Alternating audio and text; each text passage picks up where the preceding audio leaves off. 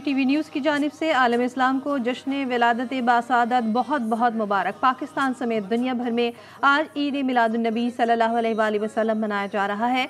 नमाज फज्र में मुल्क के इस्तेहकाम के लिए खुसूसी दुआएं, शहर शहर गली गली रात भर रौनकें, जगह जगह सब्ज परचम, झंडियों और रंग बिरंगे कुमकुमों की बहार। पुरकैफ नातों से फिजाएं मुअत्तर, मसाजिद में दुरूद सलाम का एहतमाम। खातिमुन नबीन हज़रत मोहम्मद मुस्तफ़ा सल्लल्लाहु अलैहि वसल्लम की आमद पर खुशी का इज़हार। तोपों की सलामी से दिन का आगाज़। वफाकी दारुल हुकूमत में 31 और चारों सूबे 21 धमाकों से गूंज उठे। जवानों ने नारे तकबीर, अल्लाहु अकबर के पुरजोश नारे भी लगाए। मुल्क की सलामती के लिए दुआएं, जुलूस निकाले जाएंगे। खुसूसी तकारीब का इनेकाद, मिलाद की महफिल सजेंगी। सिक्योरिटी के सख्त इक़दामात, फोर्सेस के हज़ारों एहलकार तैनात। जश्न विलादत हज़रत मोहम्मद मुस्तफ़ा सल्लल्लाहु अलैहि वसल्लम के मौके पर सदर वज़ीर आज़म की कौम और उम्मत मुस्लिमा को मुबारकबाद। सदर आसिफ ज़रदारी कहते हैं कि आप सल्लल्लाहु अलैहि वसल्लम रहती दुनिया तक इंसानियत के लिए हिदायत का सरचश्मा है।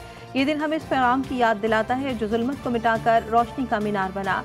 वज़ीर आज़म शहबाज शरीफ ने कहा कि अल्लाह ताला ने बनी नौ इंसान की रहनुमाई के लिए इंसानियत को कामिल हिदायत का नूर अता किया। नबी करीम सल्लल्लाहु अलैहि वसल्लम की सीरत तैयबा और किरदार हमारे लिए मशअल राह है।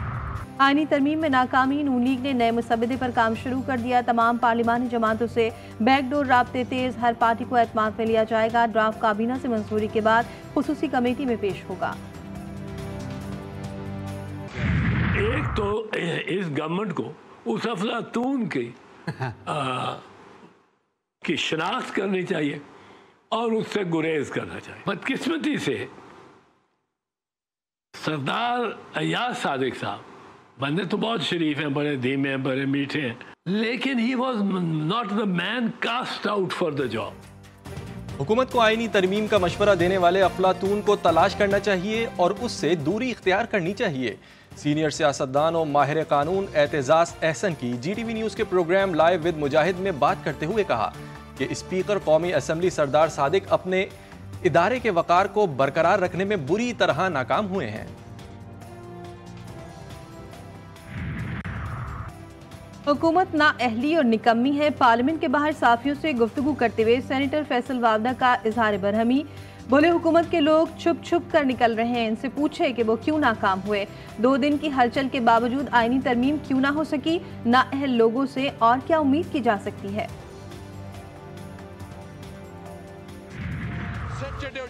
संडे छुट्टियों में चोरी की तरह डाकाज़नी करती हुई ये अमेंडमेंट पास करने होते हैं, जिसके साथ ये मोहब्बत रखते थे। कुछ अच्छा इंटरेस्टिंग बात ये है कि ये मुख्तलिफ लोगों को मुख्तलिफ नुस्खे देते थे कि अच्छा ये नुस्खा है, दूसरों का कहता कि ये नुस्खा है। ये अपने ऊपर भी आपस में भी इसका इत्तेमाद नहीं था, ड्रामाबाजी चल रही थी। यानी गुज़िश्ता 24 घंटे में जितना झूठ बोला गया, ये तारीख का बदतरीन झूठ था। रात की तारीकी में चोरों की तरह आईनी तरामीम की मंजूरी क्यों?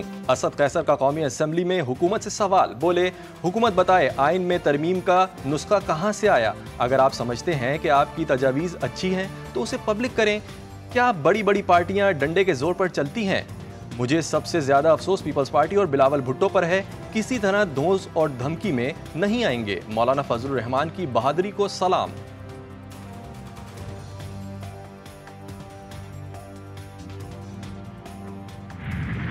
को बहुत सा काट दिया है और वो काटा है तो JUI ने काटा है, और भले उसका क्रेडिट कोई और लेने की कोशिश करे, जितना खतरनाक काटा है वो JUI ने काटा।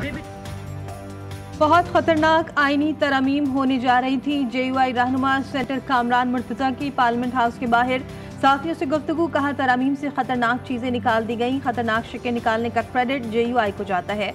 आर्टिकल 8 और आर्टिकल 199 के हवाले से जो कुछ होने जा रहा था वो बहुत बुरा था। अगर खतरनाक शिकें निकाल दी गई हैं तो अब क्या तहफ़्फ़ुज़ात हैं? रिपोर्टर का सवाल। कामरान मुर्तजा बोले अब भी बहुत सी खतरनाक शिकें बाकी हैं।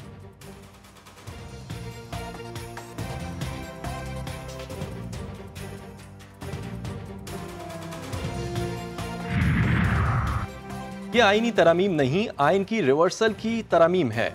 चेयरमैन PTI बैरिस्टर गौहर ने आईनी तरमीम का बिल मौखर होने का क्रेडिट मौलाना फजलुर रहमान को दे दिया। पार्लियामेंट के बाहर मीडिया से गुफ्तगू में बोले अदलिया आज़ाद होती है। इस्लामाबाद के जजेस को कोयटा ट्रांसफर करेंगे तो वो रिजाइन ही करेंगे। ऐसे अदलिया नहीं चलती। मुजवजा आईनी तरामीम को सुप्रीम कोर्ट में चैलेंज करने का भी ऐलान।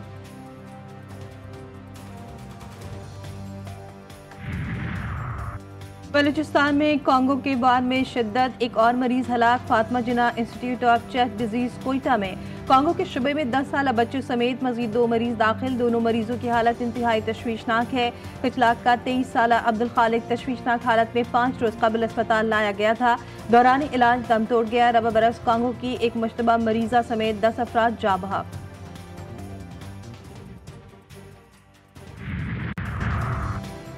एक और जदीद तरीन अमरीकी जासूस ड्रोन तबाह। एक हफ्ते में यमनी फौज ने यह तीसरा और 7 अक्टूबर से जारी गजा जंग के दौरान तबाह होने वाला ये 10वां ड्रोन था। MQ-9 ड्रोन को मगरबी यमन के इलाके ज़मार में तबाह किया गया। जासूसी और जंगी मकासद के लिए इस्तेमाल किए जाने वाले इस ड्रोन की मालियत तकरीबन $35 मिलियन बताई जाती है।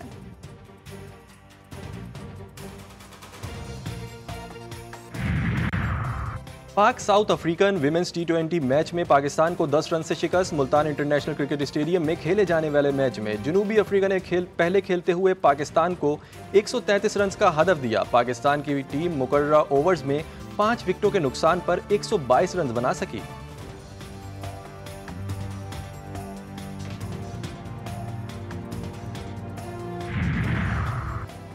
और नायाब पेंगुइन ने न्यूजीलैंड का बर्ड ऑफ द ईयर का अवार्ड जीत लिया। पीली आंखों वाले नायाब पेंगुइन सिर्फ न्यूजीलैंड में ही पाए जाते हैं।